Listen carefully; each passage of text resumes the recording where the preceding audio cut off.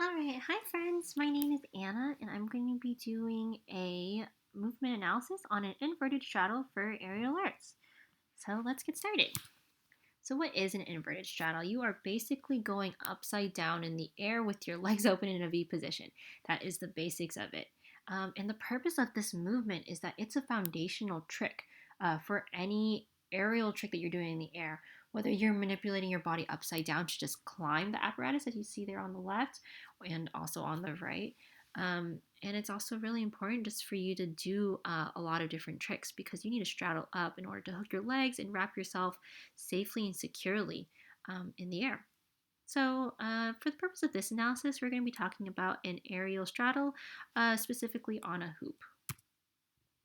So, this is my fellow instructor, Stassi. Fun fact, she wants to be an OT as well. She's going to demonstrate for us how to do a straddle on the hoop. So, you're going to stand directly underneath the hoop here. You're going to grip it with both of your hands. And as you're engaging your muscles before you leave the ground, you're going to open your legs into that straddle V position with your legs. And as your legs lift off of the ground at that point, your body is also inverting. You're going upside down with your body. You really need to lift those hips up in order for you to reach your pelvis to the bottom of the hoop. And as you finally get that 180 degrees inversion, you're going to really arch your back and your neck in order to balance yourself in that position so you don't fall over. And once you complete all those steps, voila, my friends, you are in an inverted straddle. So let's break down kind of the body positioning. When you're starting in that very, very first position, right, you are standing underneath the hoop with your legs slightly wider than shoulder width apart. And that's because it's easier to maintain your V position with your legs. And when I'm talking about like this open V position, think of it as if your legs start straight, as if your hips and knees are just both extended and you're straight, right? And then you're going to abduct your legs enough that you're in this V where the tip of the V is your pubic symphysis and your legs are the sides of the V. That's what I'm talking about when I'm saying a straddle position. And so, as you're standing there underneath the hoop, your arms are reaching straight up and your forearms are actually pronated. And they're around, your hand grips are like slightly less than shoulder width apart, but like by 1 inch. You don't need to be completely straight on shoulder width apart because a lot of times it really depends on just how your body is. You can have your hands close to each other, but typically we do a little bit less than shoulder width. And as we look in the second picture, once you're actually starting to invert, your torso is trying to be in the straightest line possible from your head to your pelvis. And that's really important because you need to maintain that core, maintain that engagement. So when you're upside down, your body orientation is straight again, but obviously you're just upside down. And as you can see here, her hips are also flexed as they're basically, her toes are almost touching her head at that point, right? And as you get off the ground, your knees actually flex slightly because that's kind of because you're pushing with your legs off the ground to get into the air. But as you continue the inversion, your knees will eventually extend as well. As you can see, her legs are completely straight as she's in the air. And then in their final position in this very last picture here, you really need to arch that thoracic and your lumbar spine. As you can see, she's kind of hyperextended. And her cervical neck should be extended as well. Testasi should be extended.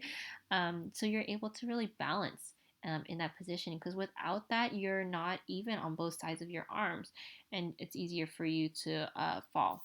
And as you can see also with her legs, you have to have that ankle plantar flexion and that toe flexion to achieve that pointed toes look because your whole leg is engaged. So some of the really important techniques when doing an aerial straddle is you really need to be aware of your timing and just aware of your body, right? Timing is so crucial because all the muscles involved need to be engaged before you leave the ground. If not, you will not get up there. The head, the torso, the legs all move simultaneously in one continuous and smooth movement. Your cervical and your thoracic extension are timed so that when you're inverted that 180 degrees, right when your pelvis hits your forearm, you really need to arch. If not, you are going to fall over. You really need to time that correctly. And so timing is really important. But not only that, your body awareness is crucial because you need to understand the orientation of your head and your limbs in relation to your body in space. What a mouthful, right? So when you're inverting, that just takes a lot of cognition to map out where the limbs need to be placed, just in order for you to be upside down, because we're not used to that orientation. So we need to really be aware of how our body is so we can be safe when we're upside down. So what we usually do is when you're on the ground, an aerialist needs to know how to maneuver their body while they're just on the ground. So when you're in the air, you can instinctively make corrections to your form. For example, like when you're in that final straddle position, you need to understand how to arch your back appropriately to balance up there.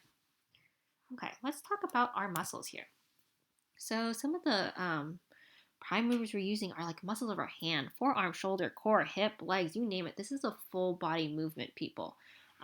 We have like a cylindrical grip on the hoop, and you're using your FDP, your FDS, your adductor pollicis, your FPL, your PB. You're using a lot of grip on that because you're squeezing and you're holding for your dear life onto that hoop, right? And your whole forearm muscle is isometrically engaged the whole time. You're really using it to secure yourself onto the hoop. And so we have a little bit of brachioradialis and brachialis going on just because our forearms are pronated when we're inverted, but you honestly do not use that much arm muscle per se. Just because the only time you're using really the arm muscle is when you need to make room for your rib cage to go through that little space there while you're arching. And so that's when you're kind of slightly engaging those muscles right there. An antagonist to those, of course, is your triceps and your anconeus.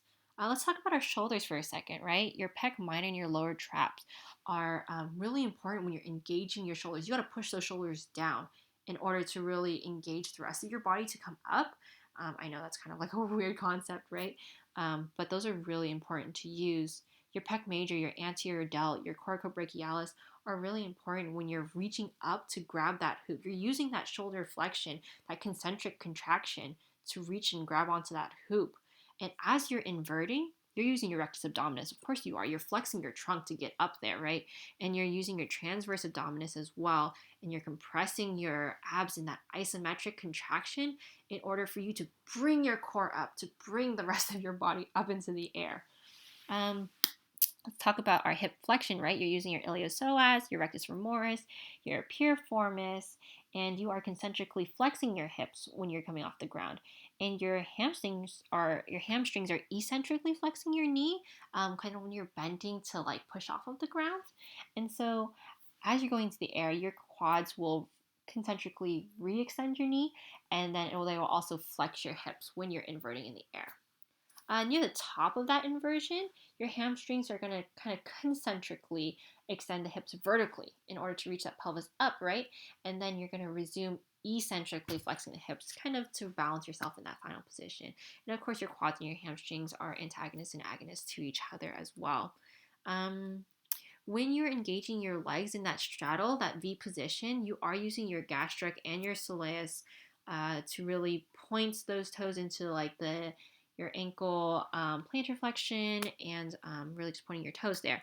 Your rector spinae, your transverse spinalis, and your interspinalis are also really important as you're arching your back and you're hyperextending that spine to balance yourself in that position afterwards. We're using a lot of joints. As you said, it's a full body movement. You're using everything from your atlanto-occipital joints, your cervical and intervertebral joints. That's when you're really arching your neck.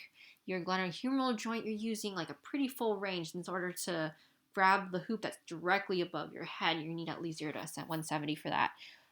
Your thoracic and lumbar intervertebral joints too, you are extending. So yes, you're going to need as much range as you can. For your hands, you're using you're fully squeezing your hands, so you're going to be needing all normal ranges for that. You need your thumb MCP, you need your thumb IP, you need your finger MCP, PIP, DIP. They all should be within normal range as well. Your radiocarpal joints, you're using them when you're pronating in that position, so you do need that to be normal range of 0 to 75 as well. Your elbow joint, your humeroradial, you actually don't need that much. You only need about like 0 to 40 degrees for that, just because we're not actually really bending our elbows to get ourselves up there as we're using more of our hips, right? So you really only need it enough for your rib cage to get through. So just bend them enough for that.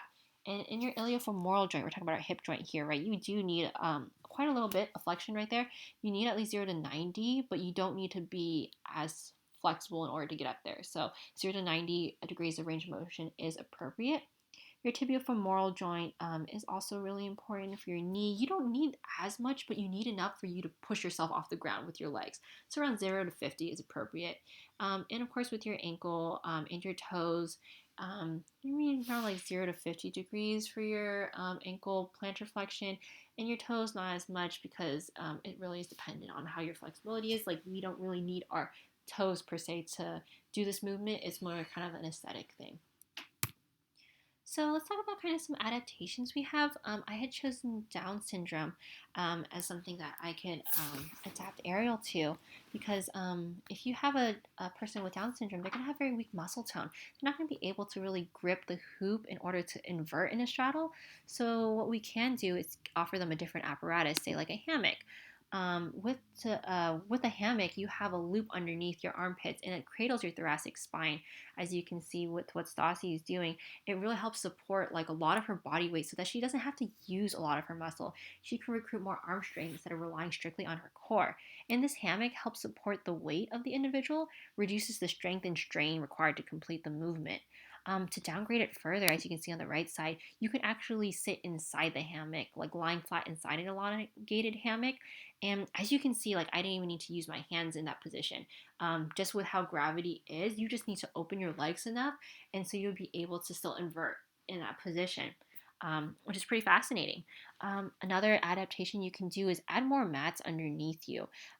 As you can see underneath Stassi, we do have a couple of mats, and if you start layering them up and you're standing on top of the mats, you're going to tilt the orientation of your body backwards so that there's actually less distance for you to invert. And so that's also another way to kind of like downgrade that position to make it a lot easier for someone to actually go upside down in the air, which is really amazing. And so, thank you, friends, for listening to my movement analysis. I hope you enjoyed learning a little bit more about aerial and how to do an inverted straddle. And here are my references. Cool. Thanks for listening.